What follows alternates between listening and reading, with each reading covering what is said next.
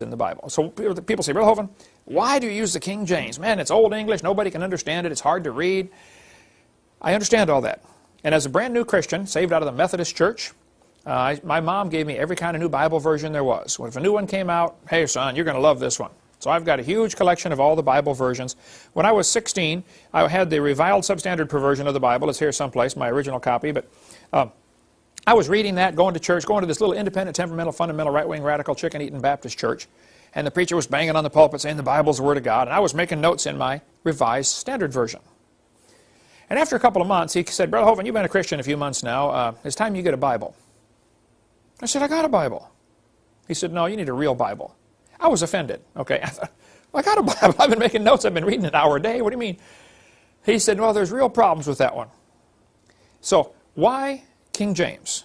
It's been 37 years now as a Christian of studying this topic. Why? Look at Psalms chapter 12. The words of the Lord are pure words, as silver tried in a furnace of earth, purified 7 times. Thou shalt keep them, O Lord. Thou shalt preserve them from this generation forever. What does the word them refer back to in that verse? Thou shalt preserve them. Preserve what? His words. He's promising he's going to preserve his words, right? How about NIV?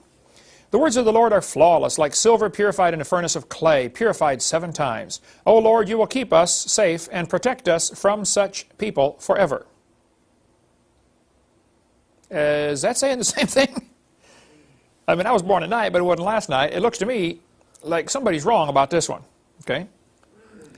What does this mean? Keep us from such people. What people is it talking about? There are very serious differences between these Bible versions. We've got a book. I don't know if I have it here. It's in our library. The guy sent it to me. It took me 6 months to figure out what the title said. I read it. I said, what? Went on to something else. Every time I look at the book, I said, what is this? The title was, Things That Are Different Are Not the Same. I thought, well, duh, why would you title a book like that? Things that are different are not the same. And then I thought, wow, these Bible versions are definitely different, so you can't say they're the same.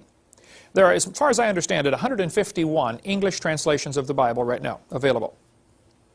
The law is you cannot get a copyright and therefore protect your work and therefore get more money unless you have 10% different from the original.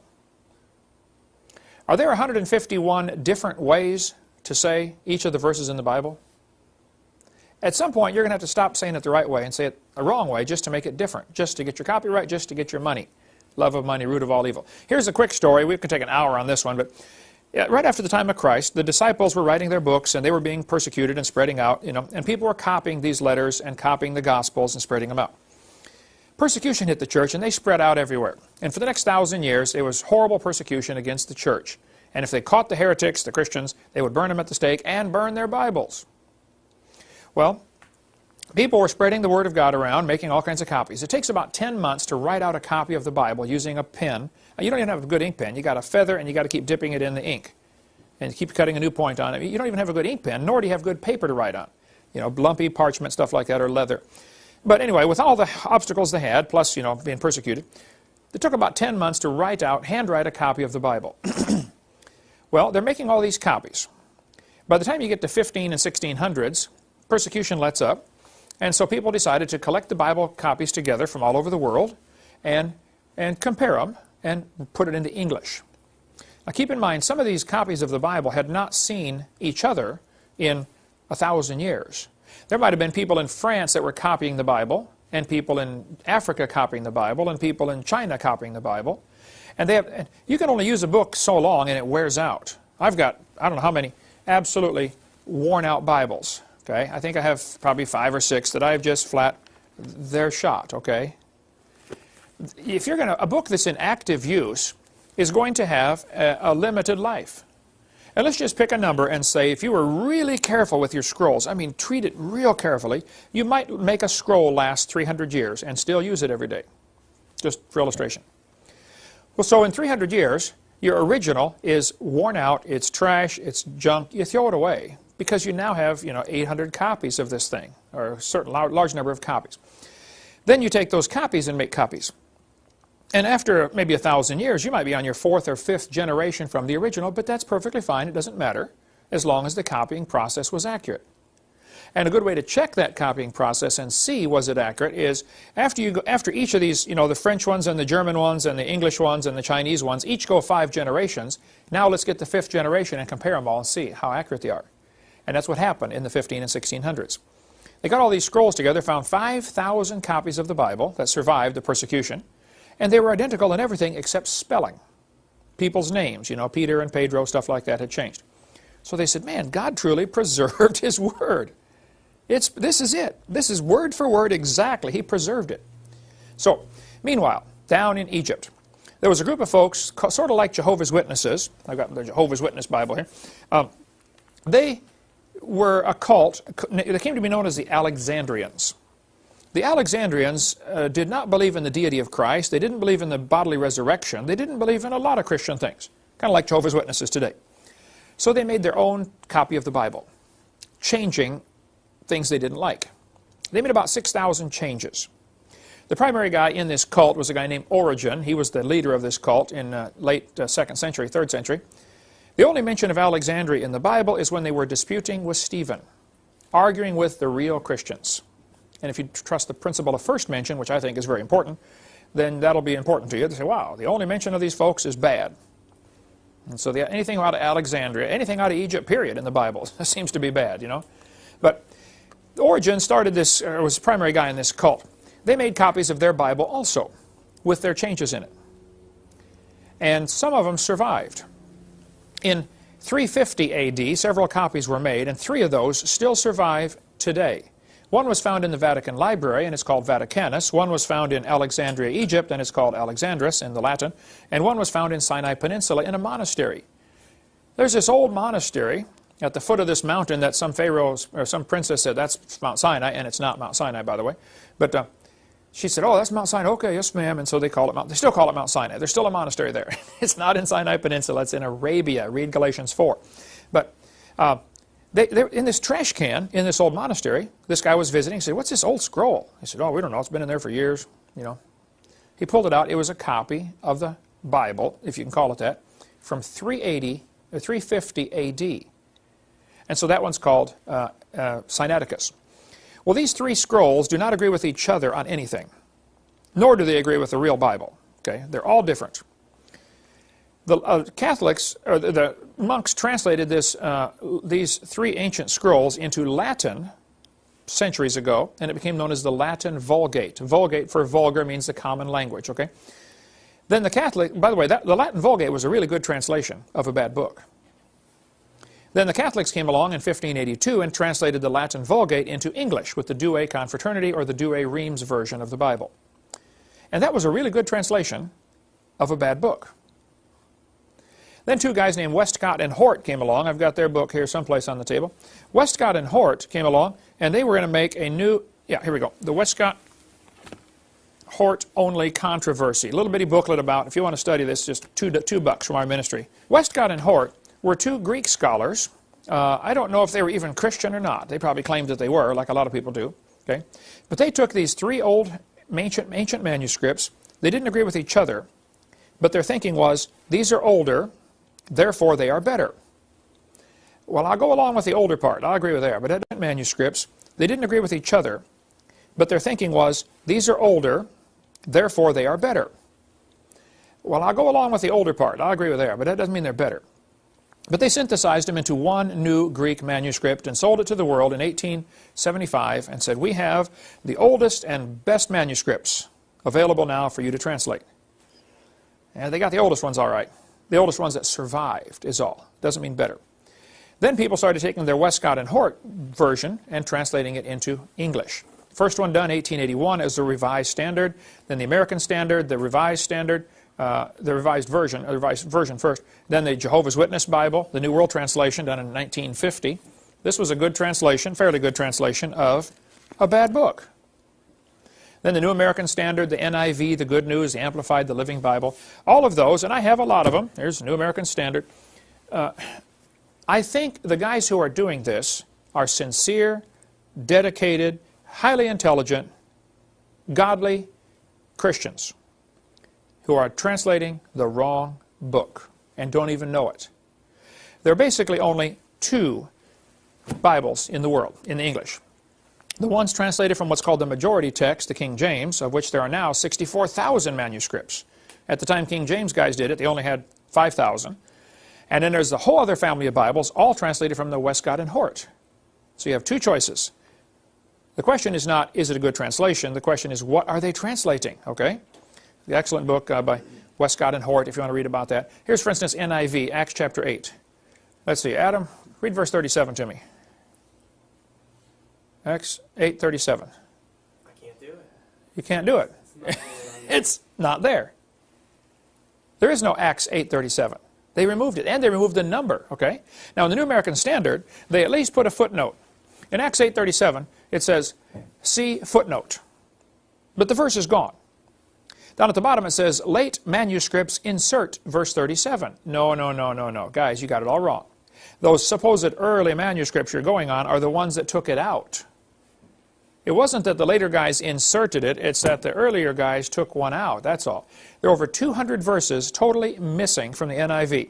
There's a good book, Understandable History of the Bible, Sam Gipp. Great big book, excellent book, really good on understanding the history of how we got our Bible.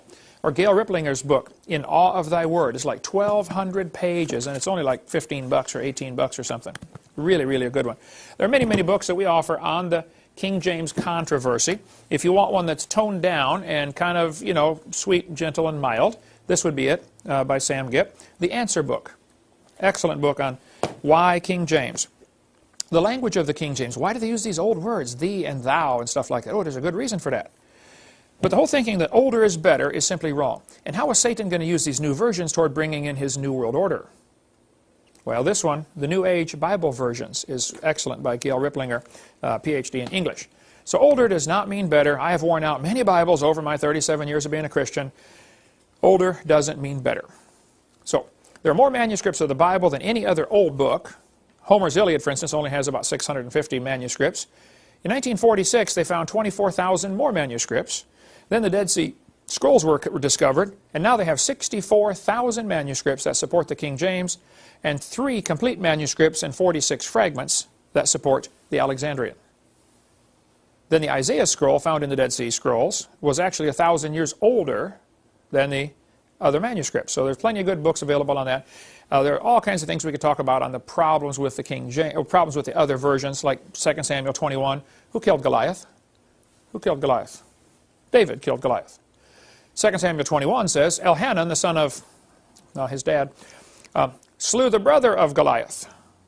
NIV says, Elhanan, the son of the same guy, killed Goliath.